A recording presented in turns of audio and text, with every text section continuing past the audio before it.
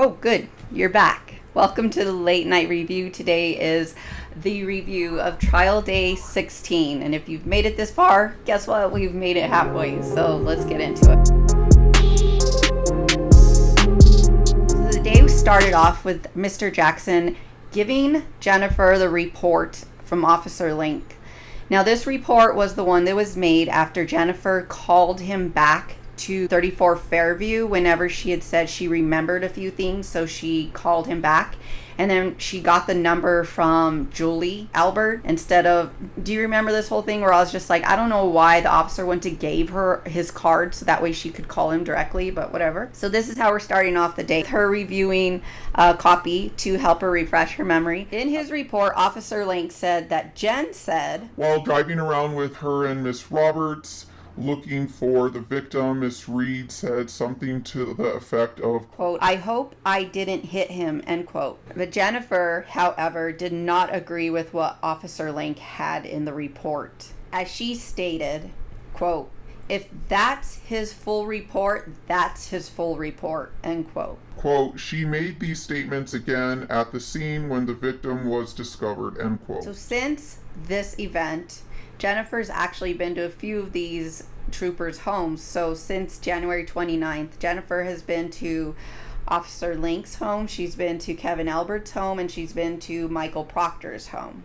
But you know what was interesting and what I felt kind of was shady when she answered the questions from Mr. Jackson about what officers' homes she has been to since this incident. It's on January 29th.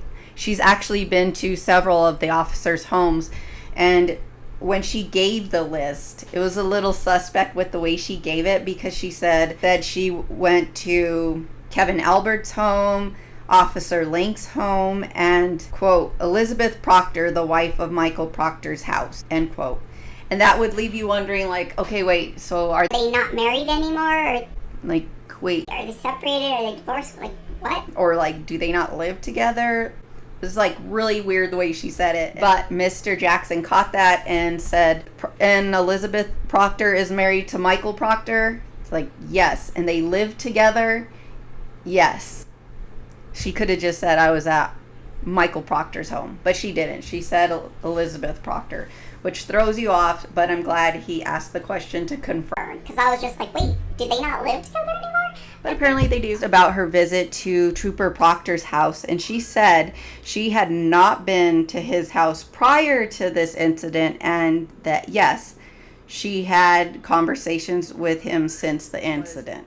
She also said that Michael was not home when she was at his house speaking with Elizabeth Proctor, his wife. Jennifer was interviewed by Trooper Tully about her visit to the Proctor home. She also had multiple phone calls with Trooper Proctor from the time of the event to September 23rd. In Lieutenant Tully's report, she was asked specifically if she had a relationship with Trooper Proctor and when that relationship started. Jennifer said, quote, I had never met Elizabeth Proctor or Michael Proctor prior to September 2023. End quote. Jennifer on the stand said she never said that.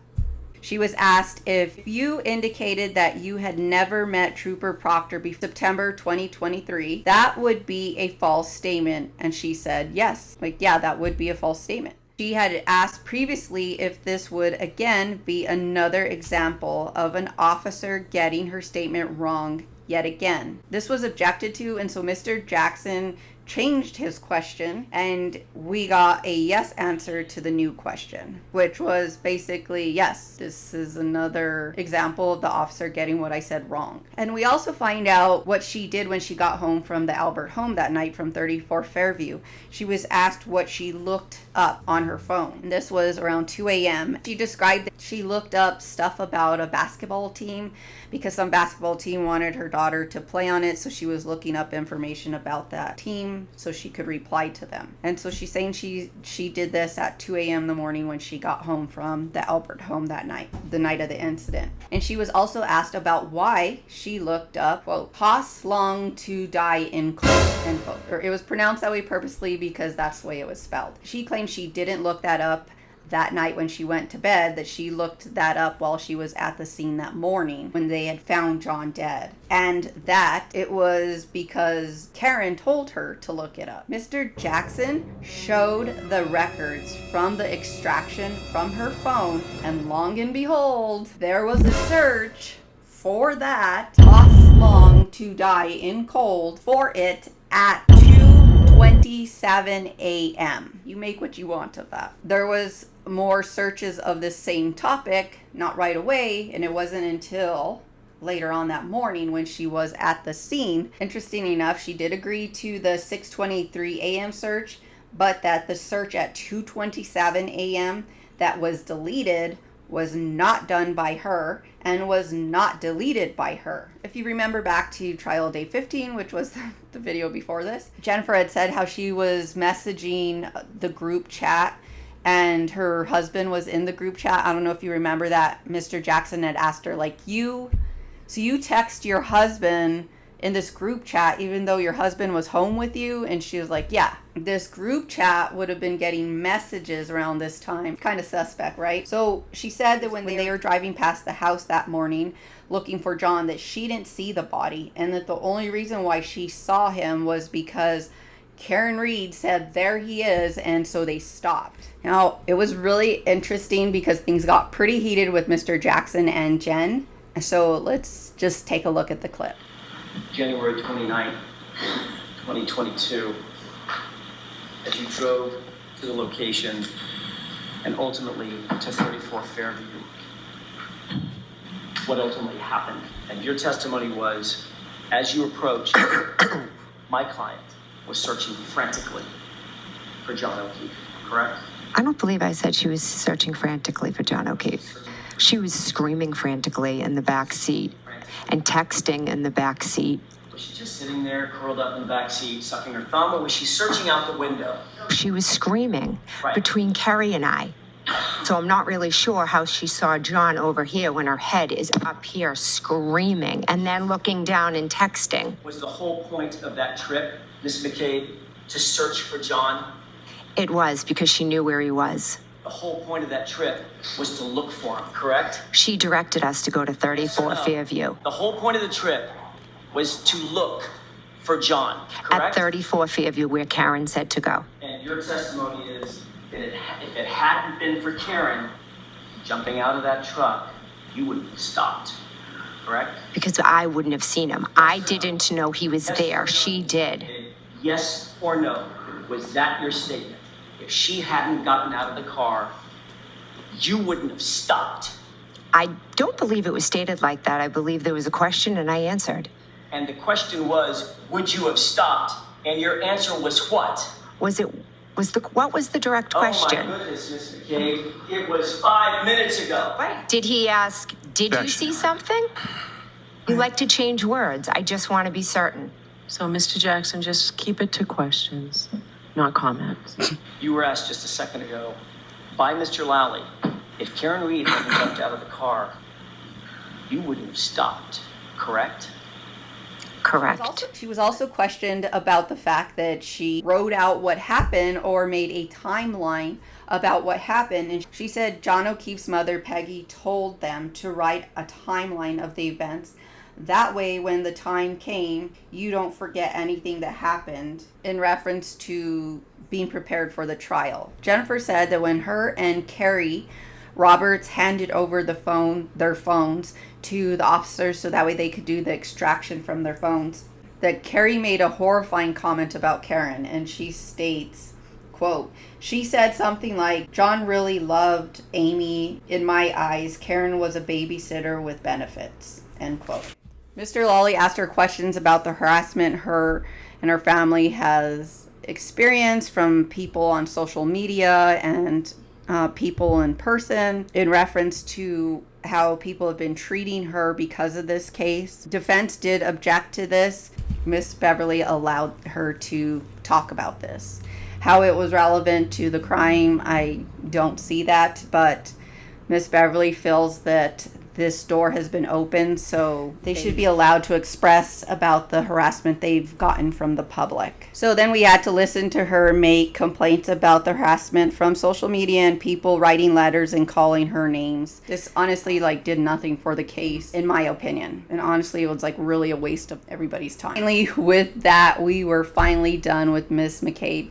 So we're done with Jen, but Miss Beverly did give the jury one last direction once Jennifer had left the stand, and she said that they were to only use the testimony about Jen's harassment from the public to help them understand Jennifer's state of mind and may not apply any of the actions of the people who did this to Karen Reed as if she was the one that caused it. It was just to help the jury understand Jennifer's state of mind for her. We have Carrie Roberts on the stand. This is the one that was driving the car that Jennifer and Karen were riding around that morning looking for John. Carrie herself considers herself a friend of John O'Keefe, went to school with him and his siblings, and on January 28th, her husband went to meet John at a bar that night. So Carrie's husband went to meet John at one of the bars. The main focus was around the Waterfall bar. She said John dated a lot. She's saying that her husband used to give him the reviews of what he thought of whatever girl he had at the time. And she said that Karen called her on January 29th in the morning saying, "Carrie, Carrie, Carrie," and hung up. She said when she called again, Carrie said that Karen told her, quote, "I'm afraid John might be dead.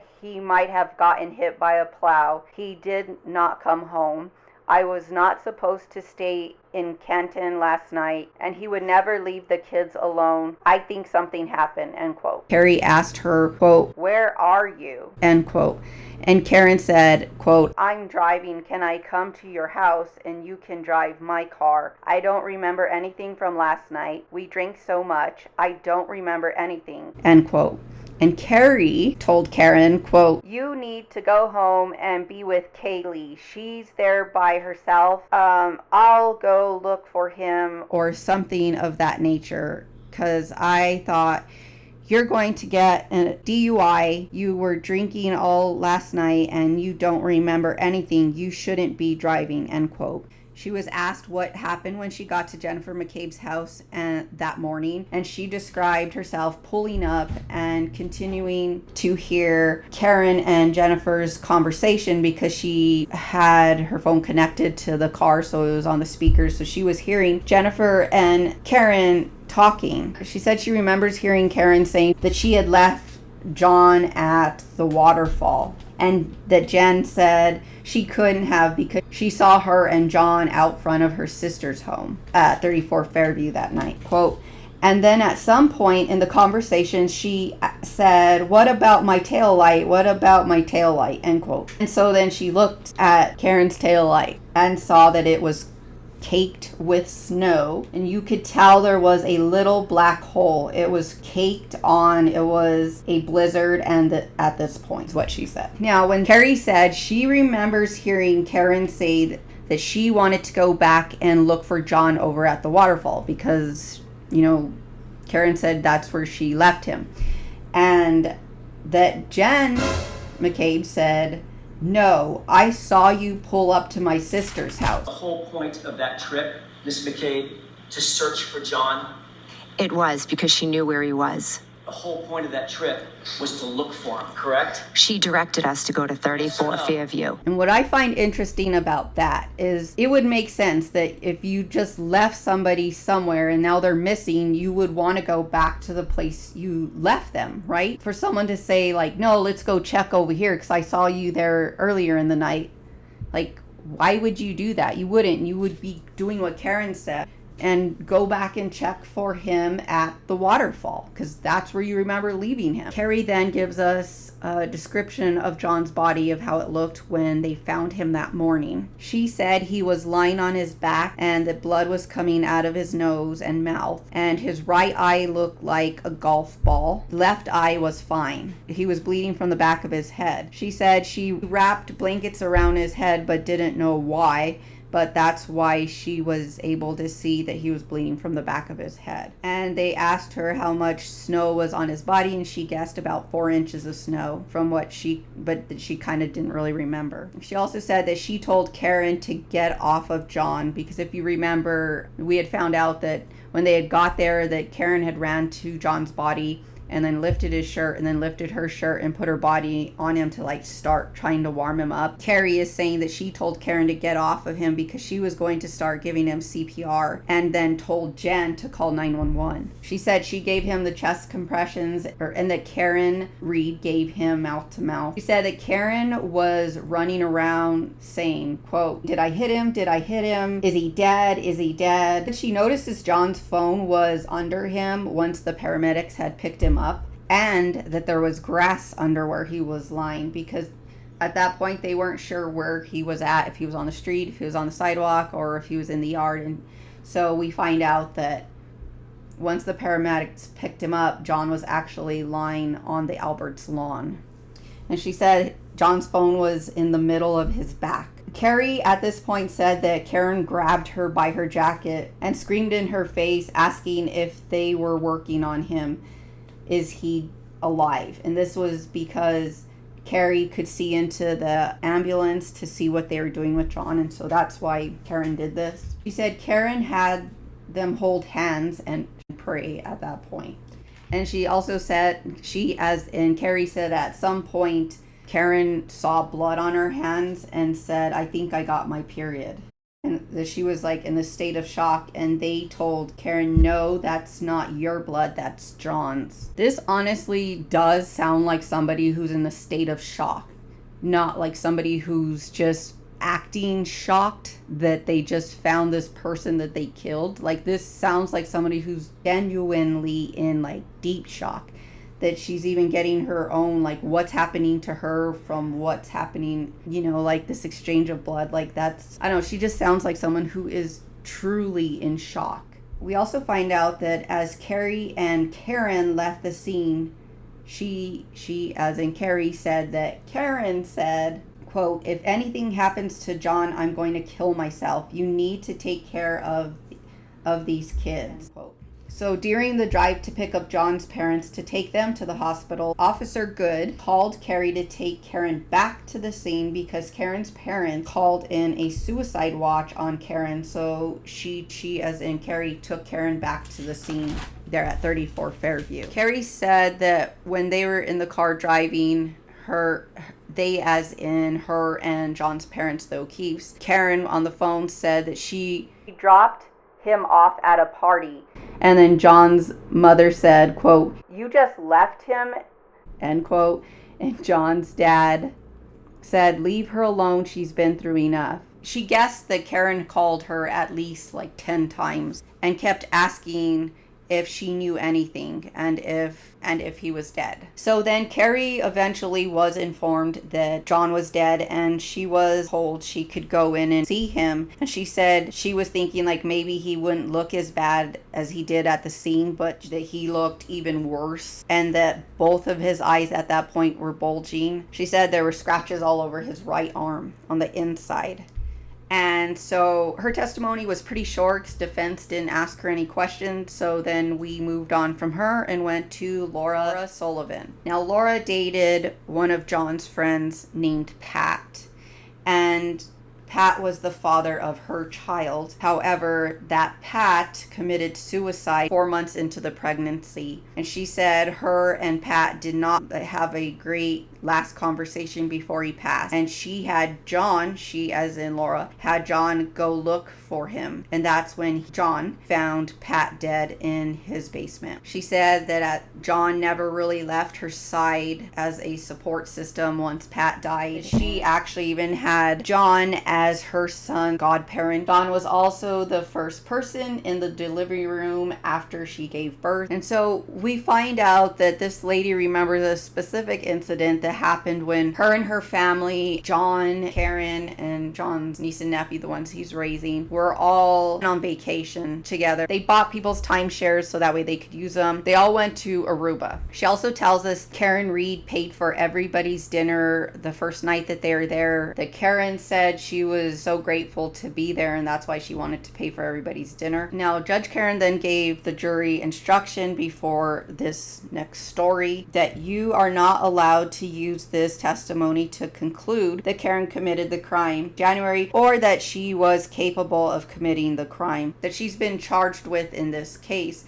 It is only to be used to show John O'Keefe's state of mind, and only if you conclude John's state of mind at this incident and how John reacts. Laura goes on to tell the story how John came downstairs to the pool where she and the others were, and that Laura told John, I guess Karen had words with Etta. Etta is Laura's sister. And that John said, I don't know. Then Karen started, quote unquote, lighting up John's phones with texts and calls. Do you need to take it? And John said, quote, yes, she's crazy. I have to take care of this, end quote.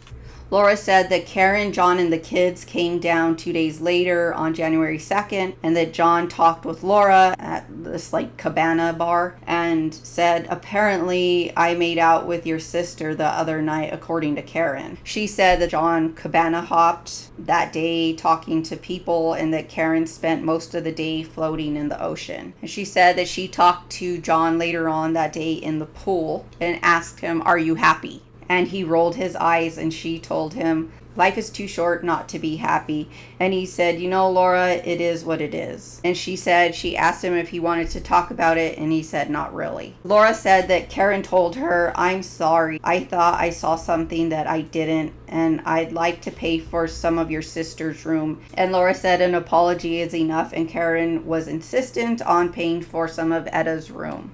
And that was the end of the questioning from prosecution. However, Mr. Yannetti cross-examined her and asked Laura if she was at the Waterfall Bar on January 28th, and she said no. And then he asked her, were you at 34 Fairview on January 28th? And she said no. And so then we also find out that Michael Proctor visited Laura at her home on February 8th, 2022 to interview her. Why? Well, that's left up to you, because defense just asked the questions and let you put that together. Me putting that together, it's like, why did you go investigate Laura? She wasn't at the bar that night. She wasn't at the Albert's home. Like, why were you going to Laura's house to question her? That makes no sense. So then this then puts it more to here you're bringing in testimony from someone who wasn't even part of this entire scene. So you are doing this just to shade Karen's character and make her look bad. That's what I conclude out of that. So that is the end of testimony with Laura. Next on the stand is Marietta Sullivan, which is Laura's sister. Beverly gives us the same direction, which is you can't use this testimony against Karen Reed to say she committed the crime or that she's capable of committing the crime. It's just purely to help you understand John O'Keefe's state of mind. Hear Etta's side about what had happened between her, Karen, and John on the island. And she explained that she was at the hotel and that John came stumbling into the hotel and was really, really drunk. And that was the first time she had seen him on the trip that day, and so she said hi to him or whatever, and she asked him where he was going, and so he was just saying that way, and so she stepped away and let him go on his way. Some moments later she heard someone yelling, who the fuck was that? And she heard John saying, calm down, that's Laura's little sister. And so she said she went over to introduce herself, and Etta told Karen, hi, nice to meet you. Karen said, go fuck yourself. And Etta said, yeah, fuck you too. That was their interaction with each other on the island. Etta said she went from there and talked to her sister about John's girlfriend, how do you feel about her? And there's we like her, and she said, well, I don't, and explained why. That's all we got out of Etta. Defense asked her if she was at the Waterfall Bar that night on January 28th, and she said no. Were you at 34 Fairview on January 28th? And she said no. And then she was asked, now, did Michael Proctor go visit you at your home to interview you on February 8th? And she said yes. So here's another instance of somebody who was not involved with the bar that night or at the scene of the crime, yet Michael Proctor was interviewing somebody else who had nothing to do with this case. But here was another instance of someone who was not there who was being interviewed. That's all we get out of Etta. How do you feel about prosecution bringing in people who weren't even at the scene of the crime? Do you think that was a good idea or bad idea, or what do you think their motive was? With that, that's the end of trial day 16. I will talk to you for trial day 17. Thanks for watching. Have a good night.